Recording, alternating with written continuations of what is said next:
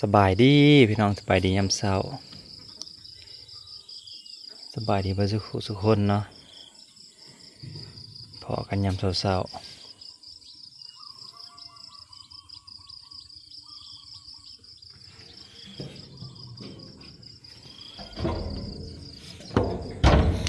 ขึ้นบนสูงเมืองบรรยากาศเขาเขียวเนาะเขากับบุเขียวจักเถื่อให้นี่ก็ปีได้ปีนั้นบุเคยงาม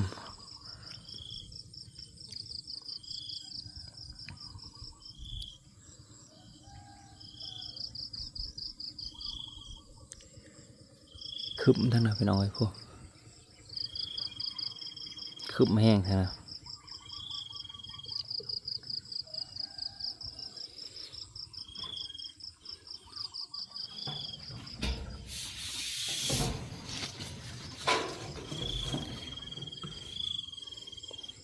เสียงเป็ด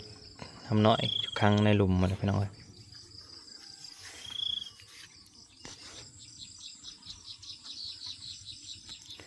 บ้านกลางทุ่งเนาะยามนี้มาโอ้ยแนมแล้วสบายตาลี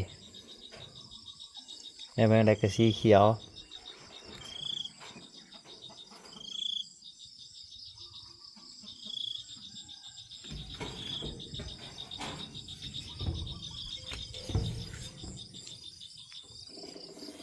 ให้นี่เขางาม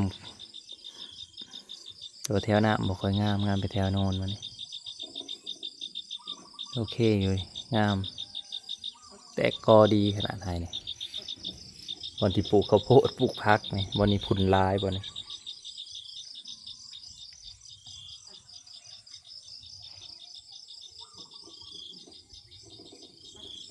ลูกเขาห้องฉะนั้น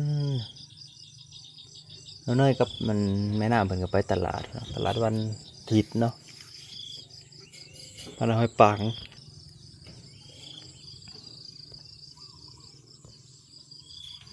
อากาศดีแห้งพี่น้องเลยขากะดีเป็ดก็ยังค้างไหวอยู่มีแต่เล่นน้ำส่วนหลายแล้วมีแต่เล่นน้ำตาย2 ตัวเหลือ 18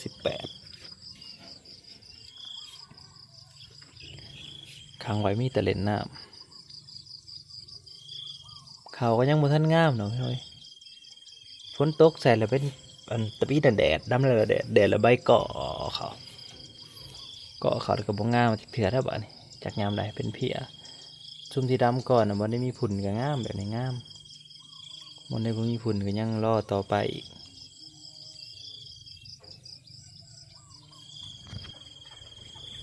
ทั้งที่หวานพุ้ยใส่อีกแล้วรอบหนึ่งก็ยังบ่งามอยู่ให้ลงมาน้ำเต็มที่แล้วดำแต่สีเขาเดือนเลยยังมาหอดใส่อยู่เขาก็ได้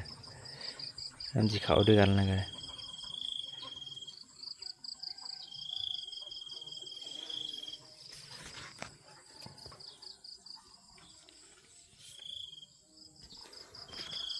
หัวก็เอาหอบผูกกินทันเดียวยามเช้านอนอยู่แถวนี้แหละหอชมวิวหอสังเกตการ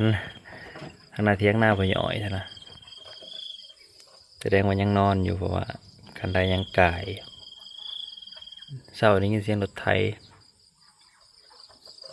ต้นยางใหญ่ดอนหอไปเนาะ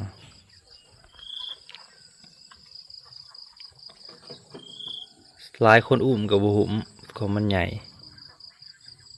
ยางใหญ่ดอนหอปูตาเนาะหลายร้อยปีแหละต้นนี้ทางนี้จะเป็นบรรณมงใหญ่ได้ไหมเนาะนี่ภาคปลายย่างไปในเมนบรรณมงใหญ่เลย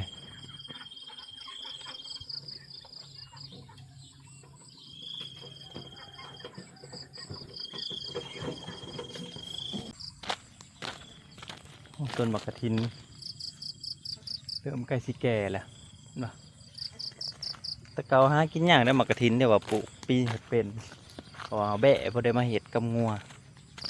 หลายต้นเลยต้นนี้ก็เป็นกระทิน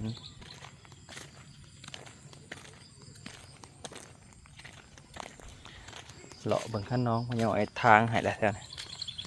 เริ่มอยากแปลนแหน่แล้วข้างน้องเริ่มแปลนแล้วได้พี่น้องน้องสะแต่ว่าขั้นเครื่องตัดหญ้าเขาตัดแป้นกว่านี้ได้มันตายก็เลยเพราะท่านแป้งมันยังมาสับมันตายหลายคนก็ทำคือว่าเอาเครื่องตัดหญ้าตัดอันเดียมันตายแล้วก็เลยบริตัดสับก็บักม่วงหมอเขาแม่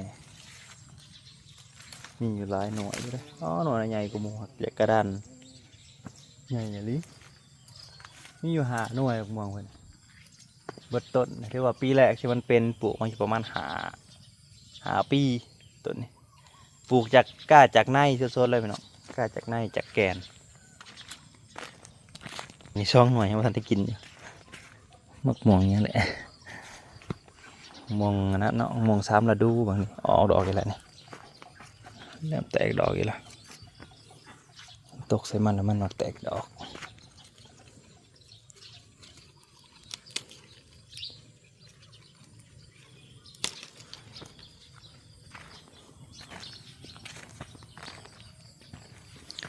เห็นพย่อยอย่างมากเลย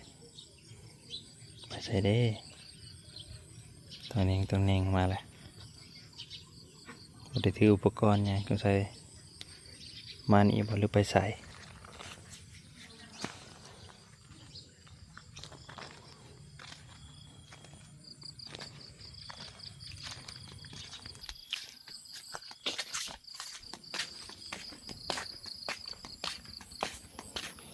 ก็ผมก็เป็นหมาจ้าเถื่อ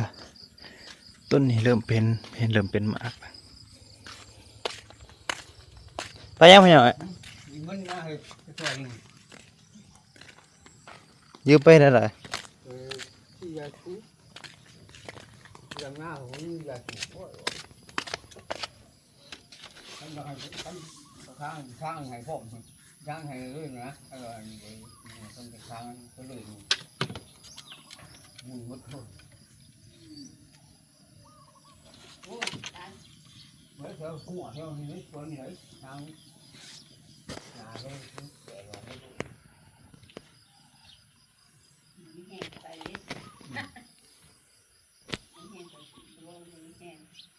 เขาไปอยู่นะเขาไปตลาด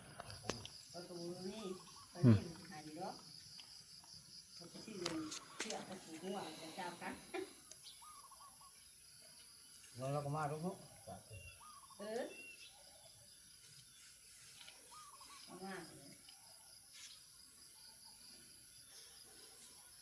ไปยังไงไปบลอด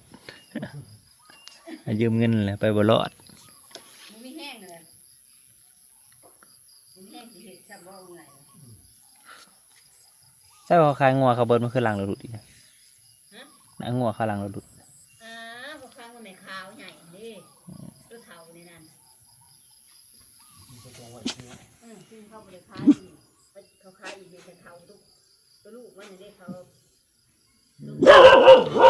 โอ้ปลูกโยกสองแล้วเนาะโยกบอกว่าสองบไดิโยกแล้วมาตัวนี้ก็ท้องใหญ่เบ่งขึ้นจะมันจิตายของมันได้แม่นะเขาว่าแม่รู้จะลูกตับมันก็ตายที่เป็นหึงพุ่งในพุ่งนังต้องจีหงนังอยู่เนาะเนยมาแล้ววีโก้ขี้ดื้อแล้วนะเกือบจากตลาดหัวอะไรโน่นมันสักงูก็พุ่งก็เกิดกี่ข้างหัวจักเลยโอ้ดูกันโผล่มากมันห่ำนะสิเนยพยายามมายืมเงินมึงไม่มีเงินก็คือขายงวยมันขายโว้ไปขายคือกูจะคือเลี้ยงจ้ะไม่ใช่ขายว่าจากเลี้ยงมาเลี้ยงกับพ่อจีไม่ขายเห็นกระใหญ่งัวโตเห็นกระใหญ่ปีหน้า พี่นาเห็นกันได้ลูกจังแล้ว มันใหญ่ อีว่าอียังวะอีนี่ก่อนถามมันพอเลย ฮะ อียังก็ นี่ข้าวนะ อีข้าวมันมีลูกแบบอีพ่อกับเช็คตลาด โอ้ยเงินน้ นั่นถ้าเราเดินทางแบบนี้ก็คุยอ่อยว่าถามมันเจ้าน่ะมันนี่วิ่งที่ไหนก็ไปกินเลยบังน้ำกันก่อน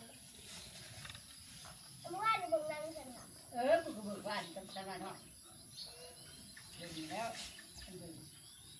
ลงไปเบิ่งเพิ่นว่านเลยว่าเพิ่นสิดำหน้าลงไปเพิ่นยังขุดไปทะเลโอ้ย ำช่วยขุดเอา เพิ่งมาได้สิได้ดำเดียว บอกว่าไทยมองไม่สิแล้วเดี๋ยวบ่มีพื้นแต่ขนาดมีไทยเนาะ แล้วได้อย่างนั้นเป็นหน้านี่นะให้หัน มันใช้ในเทมต้นนะ มันก้นต้นอยู่แล้ว อ้าว ใครเลย แล้วพื้นสมุนก็ไผ่เด้งตัวนี้ โอ้ย